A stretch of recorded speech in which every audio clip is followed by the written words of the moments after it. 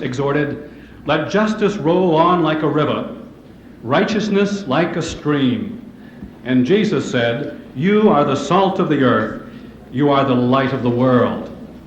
It is our desire as God's people to be effective agents of change, to bring hope and stability to our troubled world, lest we become victims of change by our own neglect.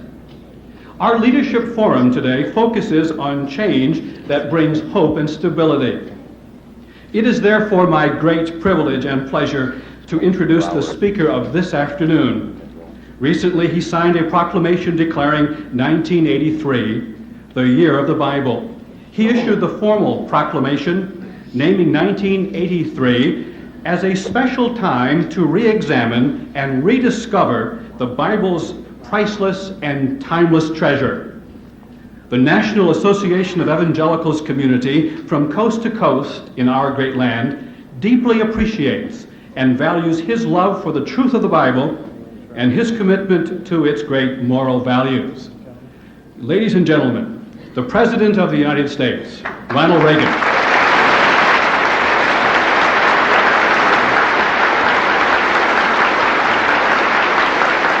Thank you.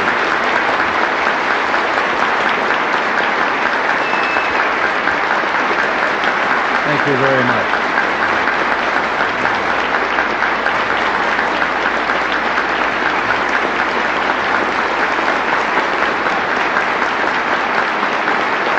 Thank you very much.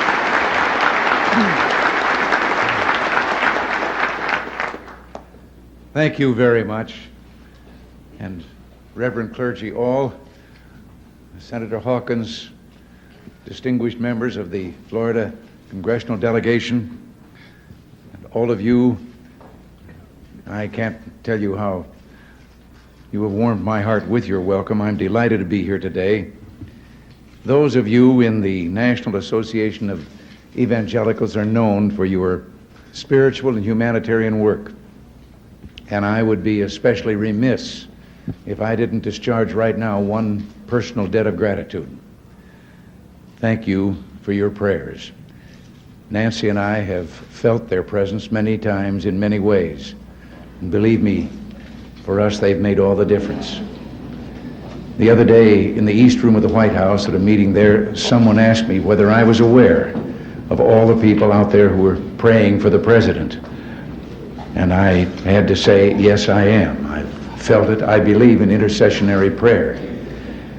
But I couldn't help but say to that questioner after he'd asked the question that, or at least say to them that if sometimes when he was praying he got a busy signal, it was just me in there ahead of him.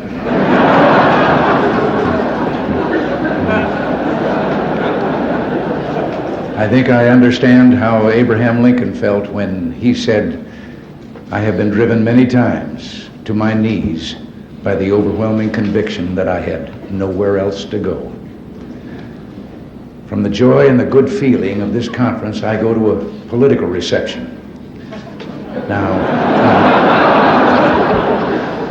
I don't know why, but that bit of scheduling reminds me of a story, which I'll share with you. An evangelical minister and a politician arrived at Heaven's Gate one day together.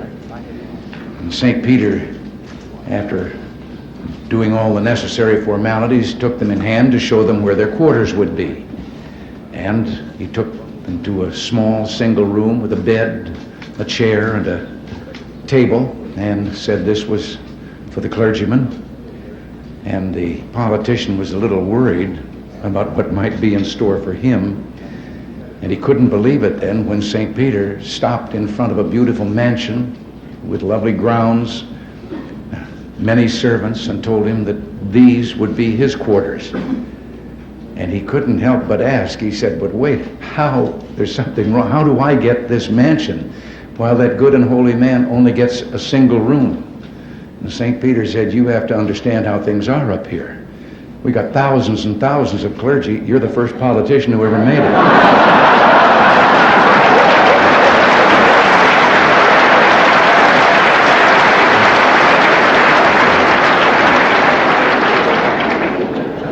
But I don't want to contribute to a stereotype. So I tell you, there are a great many God-fearing, dedicated, noble men and women in public life, present company included. And yes, we need your help to keep us ever mindful of the ideas and the principles that brought us into the public arena in the first place. The basis of those ideals and principles is a commitment to freedom, personal liberty, that itself is grounded in the much deeper realization that freedom prospers only where the blessings of God are avidly sought and humbly accepted. The American experiment in democracy rests on this insight. Its discovery was the great triumph of our founding fathers, voiced by William Penn, when he said, "If we will not be governed by God, we must be governed by tyrants."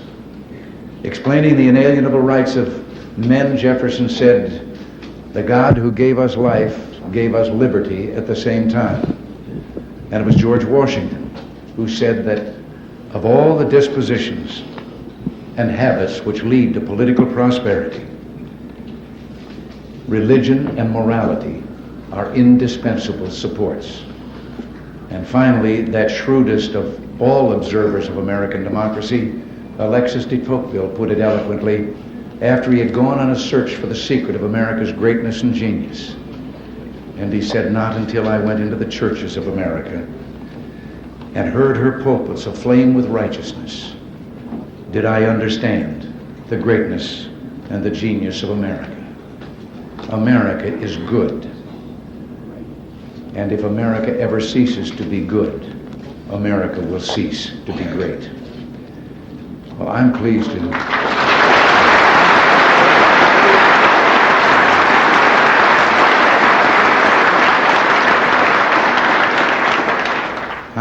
to be here today with you who are keeping America great by keeping her good. Only through your work and prayers, and those of millions of others, can we hope to survive this perilous century and keep alive this experiment in liberty, this last best hope of man. I want you to know that this administration is motivated by a political philosophy that sees the greatness of America in you, her people, and in your families, churches, neighborhoods, communities, the institutions that foster and nourish values like concern for others and respect for the rule of law under God. Now, I don't have to tell you that this puts us in opposition to, or at least out of step with, a prevailing attitude of many who have turned to a modern-day secularism, discarding the tried and time-tested values upon which our very civilization is based. No matter how well-intentioned, their value system is radically different from that of most Americans. And while they proclaim that they're freeing us from superstitions of the past, they've taken upon themselves the job of superintending us by government rule and regulation. Sometimes their voices are louder than ours, but they are not yet a majority.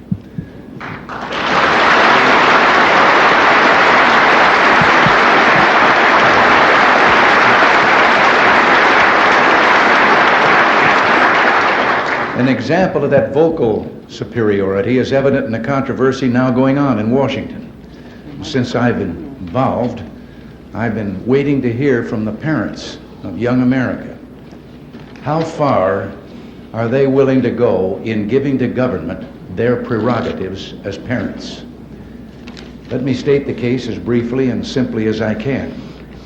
An organization of citizens sincerely motivated, deeply concerned about the increase in illegitimate births and abortions involving girls well below the age of consent, some time ago established a nationwide network of clinics to offer help to these girls and hopefully alleviate this situation. Now again, let me say, I do not fault their intent. However, in their well-intentioned effort, these clinics have decided to provide advice and birth control drugs and devices to underage girls without the knowledge of their parents. For some years now, the federal government has helped with funds to subsidize these clinics. In providing for this, the Congress decreed that every effort would be made to maximize parental participation Nevertheless, the drugs and devices are prescribed without getting parental consent or giving notification after they've done so.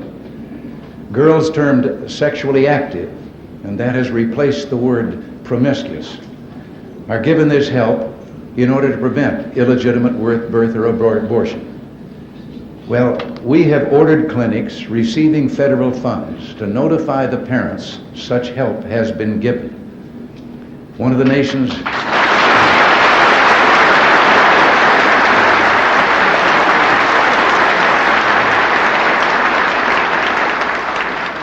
nation's leading newspapers has created the term squeal rule in editorializing against us for doing this, and we're being criticized for violating the privacy of young people. A judge has recently granted an injunction against an enforcement of our rule. I've watched TV panel shows discuss this issue, seen columnists pontificating on our error, but no one seems to mention morality as playing a part in the subject of sex.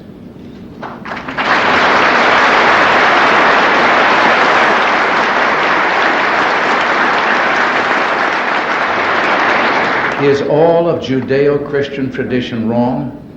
Are we to believe that something so sacred can be looked upon as a purely physical thing with no potential for emotional and psychological harm?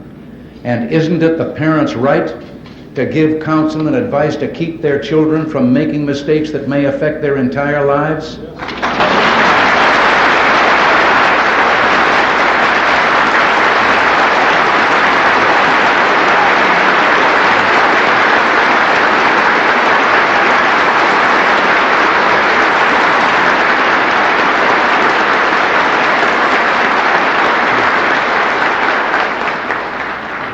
Many of us in government would like to know what parents think about this intrusion in their family by government. We're going to fight in the courts. The right of parents and the rights of family take precedence over those of Washington-based bureaucrats and social engineers.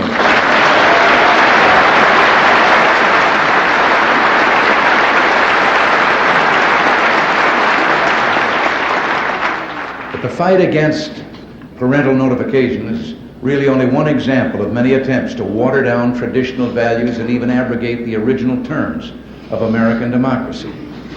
Freedom prospers when religion is vibrant and the rule of law under God is acknowledged.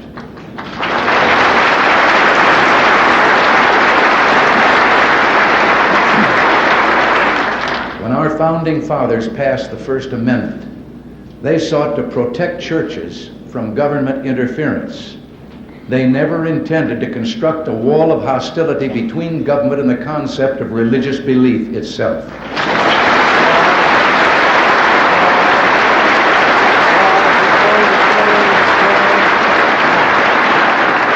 The evidence of this permeates our history and our government. The Declaration of Independence mentions the Supreme Being no less than 4 times. In God We Trust is engraved on our coinage. The Supreme Court opens its proceedings with a religious invocation, and the members of Congress open their sessions with a prayer. I just happen to believe the school children of the United States are entitled to the same privileges as Supreme Court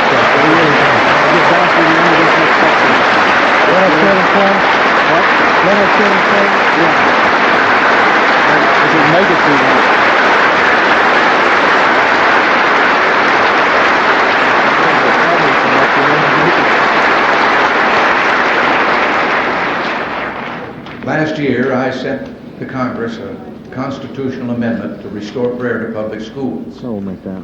Already this session, there's growing bipartisan support for the amendment, and I am calling on the Congress to act speedily to pass it and to let our children pray.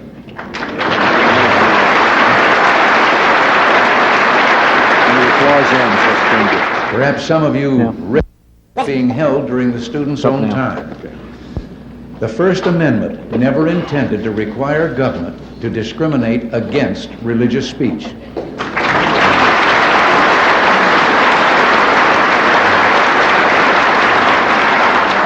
Senators Denton and Hatfield have proposed legislation in the Congress on the whole question of prohibiting discrimination against religious forms of student speech.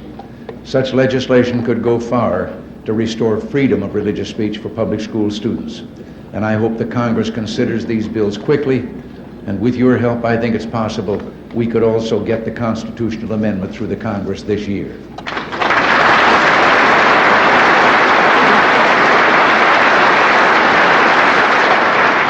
More than a decade ago, a Supreme Court decision literally wiped off the books of 50 states statutes protecting the rights of unborn children.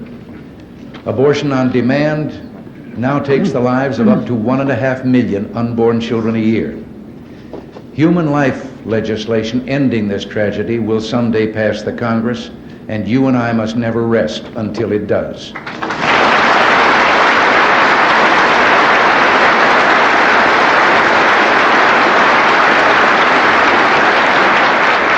Unless and until it can be proven that the unborn child is not a living entity, then its right to life, liberty, and the pursuit of happiness must be protected.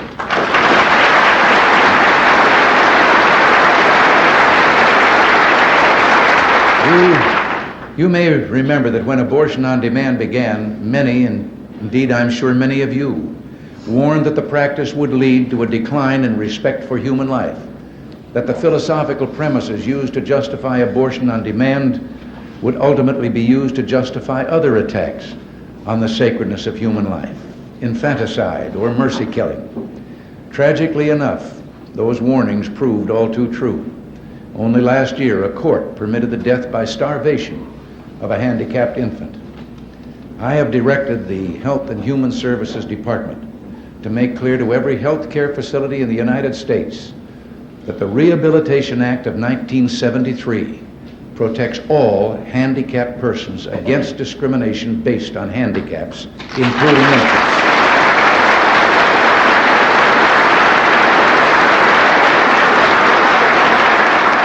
We have taken the further step of requiring that each and every recipient of federal funds who provides health care services to infants must post and keep posted in a conspicuous place a notice stating that discriminatory failure to feed and care for handicapped infants in this facility is prohibited by federal law. It also lists a 24-hour toll-free number so that nurses and others may report violations in time to save the infant's life.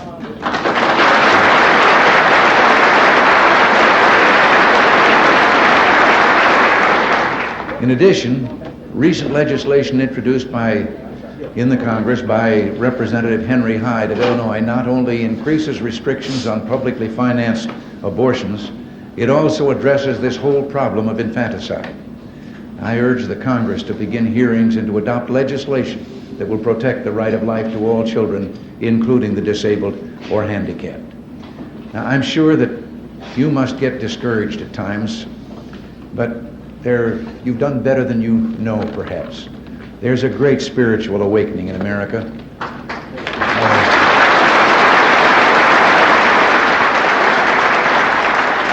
A renewal of the traditional values that have been the bedrock of America's goodness and greatness. One recent survey by a Washington-based research council concluded that Americans were far more religious than the people of other nations. 95% of those surveyed expressed a belief in God, and a huge majority believed the Ten Commandments had real meaning in their lives. And another study has found that an overwhelming majority of Americans disapprove of adultery, teenage sex, pornography, abortion, and hard drugs. And this same study showed a deep reverence for the importance of family ties and religious belief.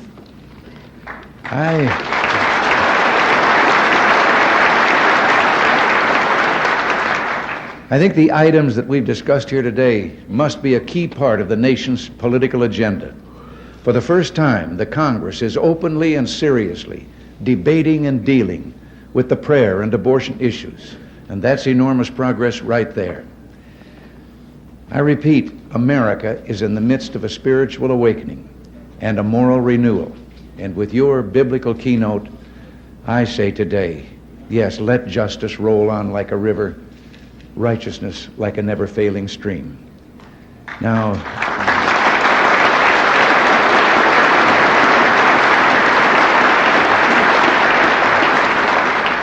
obviously, much of this new political and social consensus I've talked about is based on a positive view of American history, one that takes pride in our country's accomplishments and record. But we must never forget that no government schemes are going to perfect man. We know that living in this world means dealing with what philosophers would call the phenomenology of evil, or as theologians would put it, the doctrine of sin. There is sin and evil in the world, and we're enjoined by Scripture and the Lord Jesus to oppose it with all our might. Our nation, too, has a legacy of evil with which it must deal. The glory of this land has been its capacity for transcending the moral evils of our past. For example, the long struggle of minority citizens for equal rights, once a source of disunity and civil war, is now a point of pride for all Americans. We must never go back. There is no room for racism, anti-Semitism, or other forms of ethnic and racial hatred in this country.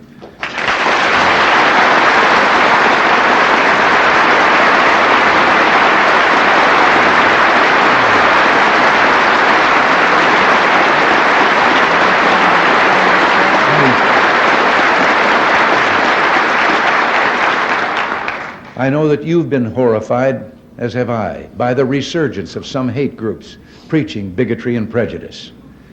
Use the mighty voice of your pulpits and the powerful standing of your churches to denounce and isolate these hate groups in our midst. The commandment given us is clear and simple. Thou shalt love thy neighbor as thyself.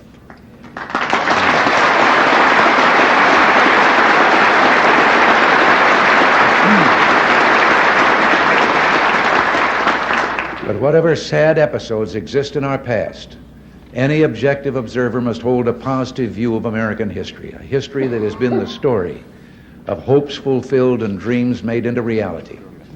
Especially in this century, America has kept alight the torch of freedom, but not just for ourselves, but for millions of others around the world.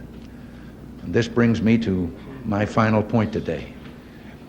During my first press conference as president, in answer to a direct question, I pointed out that as good Marxist-Leninists, the Soviet leaders have openly and publicly declared that the only morality they recognize is that which will further their cause, which is world revolution.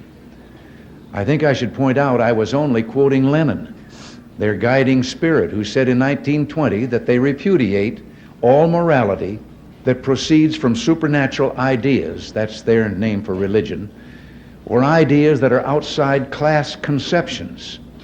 Morality is entirely subordinate to the interests of class war, and everything is moral that is necessary for the annihilation of the old exploiting social order and for uniting the proletariat. Well, I think the refusal of many influential people to accept this elementary fact of Soviet doctrine illustrates an historical reluctance to see totalitarian powers for what they are. We saw this phenomenon in the 1930s. We see it too often today. This doesn't mean we should isolate ourselves and refuse to seek an understanding with them.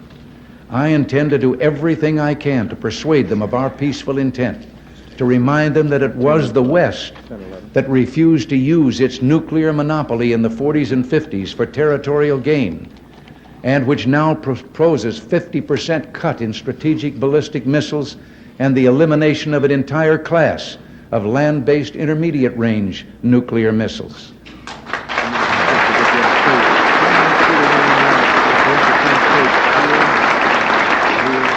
At the same time, however, they must be made to understand we will never compromise our principles and standards.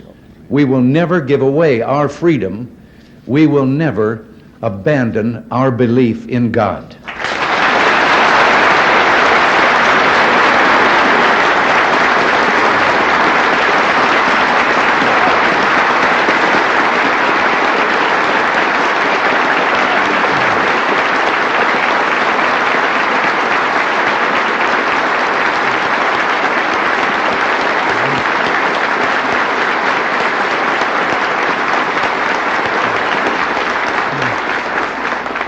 And we will never stop searching for a genuine peace, But we can assure none of these things America stands for through the so-called nuclear freeze solutions proposed by some.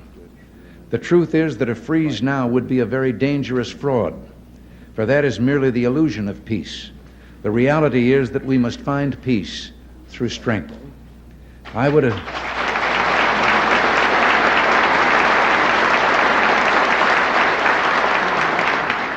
would agree to a freeze if only we could freeze the Soviets' global desires.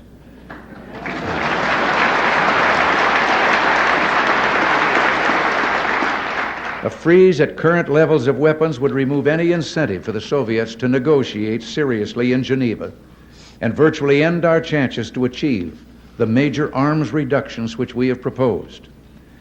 Instead, they would achieve their objectives through the freeze.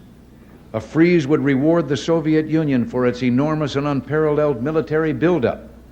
It would prevent the essential and long overdue modernization of United States and Allied defenses and would leave our aging forces increasingly vulnerable.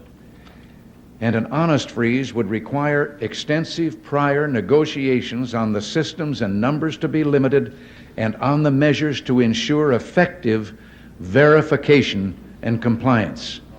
And the kind of a freeze that has been suggested would be virtually impossible to verify. Such a major effort would divert us completely from our current negotiations on achieving substantial reductions.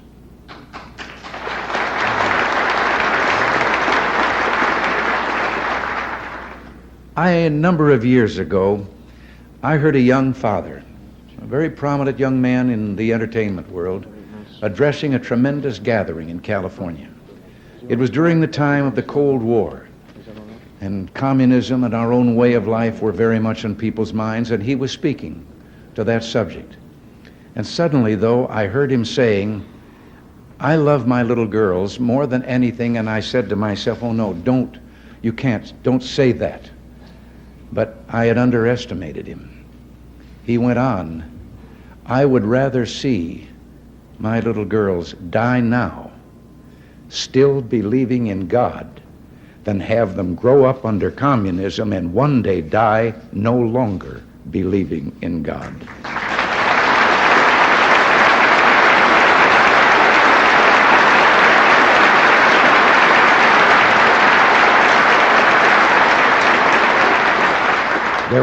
There were thousands of young people in that audience. They came to their feet with shouts of joy. They had instantly recognized the profound truth in what he had said with regard to the physical and the soul and what was truly important. Yes, let us pray for the salvation of all of those who live in that totalitarian darkness. Pray they will discover the joy of knowing God. But until they do, let us be aware that while they preach the supremacy of the state, declare its omnipotence over individual man, and predict its eventual domination of all peoples on the earth, they are the focus of evil in the modern world. It was C.S. Lewis who in his unforgettable Screwtape letters wrote, "The greatest evil is not done now in those sordid dens of crime that Dickens loved to paint. It is not even done in concentration camps and labor camps. In those we see its final result. But it is conceived and ordered, moved, seconded, carried, and minuted in clear, carpeted, warmed, and well-lighted offices by quiet men with white collars and cut fingernails and smooth-shaven cheeks who do not need to raise their voice." Well, because these quiet men do not raise their voices, because they sometimes speak in soothing tones of brotherhood and peace, because like other dictators before them, they're always making their final territorial demand, some would have us accept them at their word and accommodate ourselves to their aggressive impulses. But if history teaches anything, it teaches that simple-minded appeasement or wishful thinking about our adversaries is folly. It means the betrayal of our past, the squandering of our freedom. So I urge you to speak out against those who would place the United States in a position of military and moral inferiority. You know, I've always believed that old Screwtape reserved his best efforts for those of you in the church. So in your discussions of the nuclear freeze proposals, I urge you to beware the temptation of pride, the temptation of blithely declaring yourselves above it all and label both sides equally at fault, to ignore the facts of history and the aggressive impulses of an evil empire, to simply call the arms race a giant misunderstanding, and thereby remove yourself from the struggle between right and wrong and good and evil. I ask you to resist the attempts of those